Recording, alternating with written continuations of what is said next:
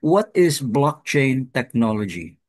Yeah, dami ng, there's a lot of discussion about blockchain, no? Since what, probably 2 decades now. No?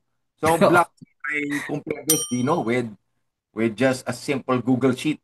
No? Do you use Google Sheets, Dino? Uh, Not really.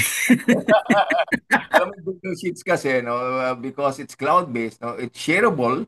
Yeah, you can edit the same time, no, different people can edit it. No?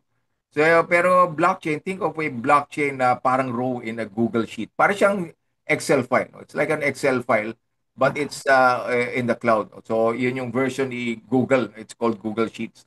And Oh, blockchain, no, think of the one row as one block. No? And one of the characteristics of blockchain is that it's secure, it's immutable, you cannot change it hmm. because there's a unique hash or unique code that cannot be erased.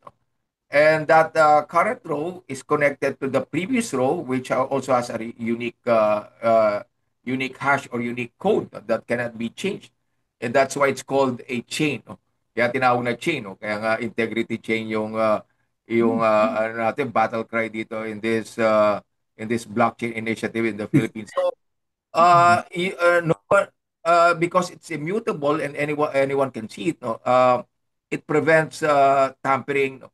It's visible to everyone. That's the beauty of it. No? It's visible, transparent, and cannot be changed.